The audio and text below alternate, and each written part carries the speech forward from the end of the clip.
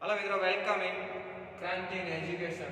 અહીંયા આપણે KSKB કચ્છ યુનિવર્સિટીનો જે ન્યૂ એક્ઝામ કોર્સ લાગુ પડ્યું છે અને જે થિયરી પ્રમાણે એક્ઝામ લેવાશે, જે રેગ્યુલરની એક્ઝામ 70 માર્ક્સની લેવામાં આવતી હતી એની જગ્યાએ હવે 35 માર્ક્સ 35 માર્ક્સનો એક્ઝામ ફોર્મેટ હશે। એ જે બીકોમ સેમેસ્ટર 5 માં જે ત્રણ પ્રેક્ટિકલ છે, first CC501 state, second CC506 cost accounting, third CE507 corporate accounting और financial accounting। એમાં કયા ચેપ્ટર તમને અટેમ્પ્ટ કરવા અને કયા ચેપ્ટર અટેમ્પ્ટ ન કરવા એના વિશે જણાવીશ। ફર્સ્ટ તમારું છે CC501 સ્ટેટ। તો તમને અહીંયા પહેલા તો ચાર કોઈ ક્વેશ્ચન પૂછશે અને ચાર ક્વેશ્ચનમાંથી તમને બે જ ક્વેશ્ચન અટેમ્પ્ટ કરવાના રહેશે। ચાર ક્વેશ્ચનમાંથી કેટલા ક્વેશ્ચન? બે ક્વેશ્ચન અટેમ્પ્ટ કરવાના રહેશે। યુનિટ 1 માંથી 1 ક્વેશ્ચન હશે, યુનિટ 2 માંથી 2, યુનિટ 3 માંથી 3, યુનિટ 4 માંથી 4। એમાંથી કયા યુનિટ તમને અટેમ્પ્ટ કરવા વધારે સરળ પડશે અને કયા યુનિટ અટેમ્પ્ટ ન કરવા એ હું કહી શકું। તો સૌપ્રથમ યુનિટ 1 છે। યુનિટ 1 ની અંદર બે ચેપ્ટર છે ખરેખર જોવા જઈએ તો, કે પોઈઝન અને અતિ ગુણોત્તર, બરાબર? પોઈઝન અને જ્યોમેટ્રી। હવે પોઈઝન ની અંદર હવે જુઓ, પહેલે તમારા એક્ઝામ ફોર્મેટ એવી રીતે જાહેર થયું છે કે 8 માર્ક્સનો, 9.5 માર્ક્સનો, એના ઓવરમાં 17 માર્ક્સનો। પણ સ્ટેટ એટલે કે આંકડાશાસ્ત્રમાં એવી કોઈ વસ્તુ નથી કે જે 17 માર્ક્સમાં પૂછા કરી શકે। તો એ લોકો શું કરશે? આ જ રાખશે 8 અને 9.5, એના ઓવરમાં પણ 8 અને 9.5, 17 નહીં રાખે। તો ફર્સ્ટ 8 માર્ક્સનો તમને દાખલો અથવા 8 માર્ક્સની થિયરી ને 9.5 માર્ક્સનો દાખલો સ્ટેટમાં 50% થિયરી જશે। યુનિટ 2 માં પણ આવી છે। યુનિટ 2 માં એક ચેપ્ટર આવે છે ઋણ દ્વિપદી અને ગુણોત્તર વિતરણ, નેગેટિવ, બાયનોમિયલ એન્ડ મેટ્રિક, બરાબર? અને યુનિટ 3 માં એક જ ચેપ્ટર છે પ્રક્રિયા નિયંત્રણ પદ્ધતિઓ, પ્રોસેસિંગ કંટ્રોલિંગ સિસ્ટમ। યુનિટ 4 માં છે ક્વોન્ટિટી કંટ્રોલિંગ સિસ્ટમ, જથ્થા નિયંત્રણ પદ્ધતિઓ।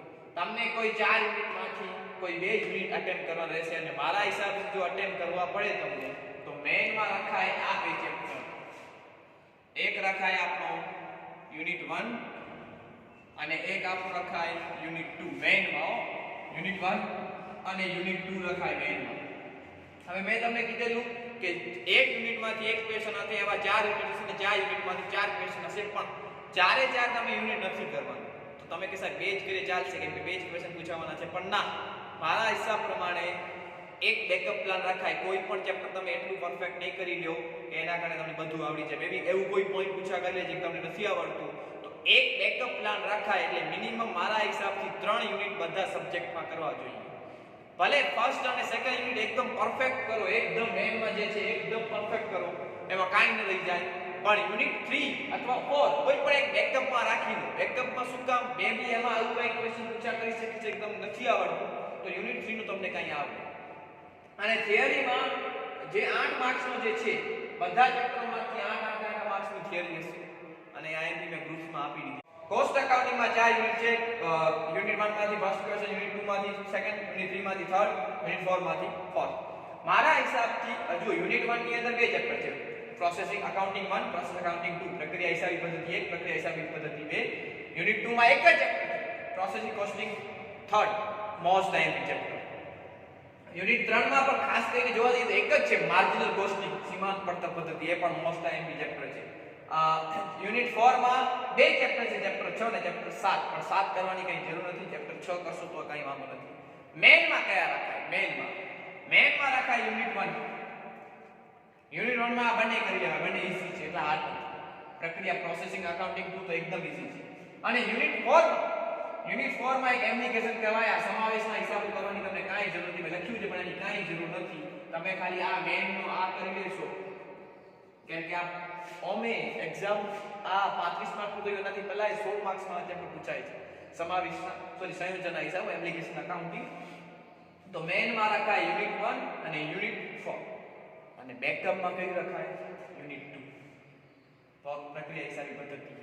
નો ડાઉટ આ રાખી શકાય, પણ આમાં ફોર્મ્યુલા છે ને, ફોર્મ્યુલા બધા યાદ રહી જશે ને તો પણ દાખલા આવે એટલા ઈઝી નથી આના માર્જિનલ કોસ્ટિંગમાં, સીમાંત પડતર પદ્ધતિમાં। તો મેઇનમાં રખાય યુનિટ 1 અને યુનિટ 4, બેકઅપમાં રાખવું છે યુનિટ 2। ક્લિયર?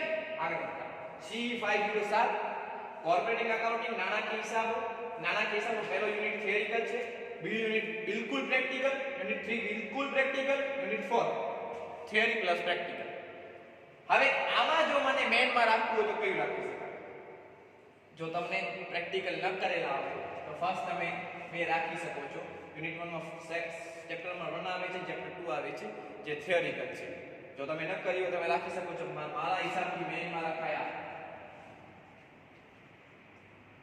ગુણોત્તર વિશ્લેષણ. આમાં એવું કોઈ ચેપ્ટર છે નહીં ઈઝી, બધા હાર્ડ જ છે. થોડી પ્રેક્ટિસ માંગે એવા છે, એટલા હાર્ડ નથી. ગુણોત્તર વિશ્લેષણ મેઇનમાં રાખવામાં આવે છે. રેશિયો એનાલિસિસ એમાં ભલે ઘણા બધા સૂત્રો છે પણ તમે 5-6 સર્ચ કરી નાખો તમને કાંઈ વાંધો ન આવે. કે કેશ ફ્લો સ્ટેટમેન્ટ, રોકડ પ્રવાહ પત્રક સૌથી અઘરામાં અઘરું ચેપ્ટર, પણ એટલું અઘરું નથી જો તમે 3-4 દાખલા એકદમ, કેમ કે બધા સેમ જ ઇન્ફોર્મેશન, અધર ઇન્ફોર્મેશન જે આવે ને હવાલા, એ સેમ ટુ સેમ આપેલા હોય છે. યુનિટ 4 માં ચેપ્ટર છે 4, ચેપ્ટર 5, ચેપ્ટર 7, ચેપ્ટર 6 અને ચેપ્ટર 8, ચારે ની અંદર છે. હા, પણ 5 અને 7 થિયરી છે, કરવાની જરૂર નથી. પણ ચેપ્ટર 6 અને 8, 6 તો એટલો નહીં પણ 8 જે છે કેશ બજેટ, રોકડ પ્રવાહ અંદાજપત્ર, 16 માર્ક્સનો 17.5 માર્ક્સનો દાખલો હશે આની અંદરથી, 17.5 માર્ક્સનો દાખલો ચેપ્ટર 8 માંથી. તો મેઇનમાં એક રખાય આપણે યુનિટ 2 અને એક રખાય આ યુનિટ 4. યુનિટ 4 ભલે 4 પ્રેક્ટિકલ છે, 2 થિયરિકલ છે અને આ બંને પ્રેક્ટિકલ સેલા છે. અને જો તમને પ્રેક્ટિકલ નથી કરો તો થિયરીમાં તમે મેઇનમાં રાખી શકો છો. પણ મારા હિસાબથી રોકડ પ્રવાહ પત્રક પર લખાય મેઇનમાં જો રાખવું હોય પણ એની પ્રેક્ટિસ માંગશે તમારી, તો મેઇનમાં રખાય યુનિટ 2, યુનિટ 4, બેકઅપમાં રાખવું છે યુનિટ 1. આ હાર્ડ પડશે. ક્લિયર? આટલું છે. આ ફોર્મેટ, આ ફોર્મેટ પ્રમાણે કરશો અને હા 35 માંથી તમને 14 લેવાના હશે તો તમે પાસ ગણાશો. 14 બિહાઇન્ડ 35, બરોબર? તો આ તમારું ફોર્મેટ રહેશે. ક્લિયર?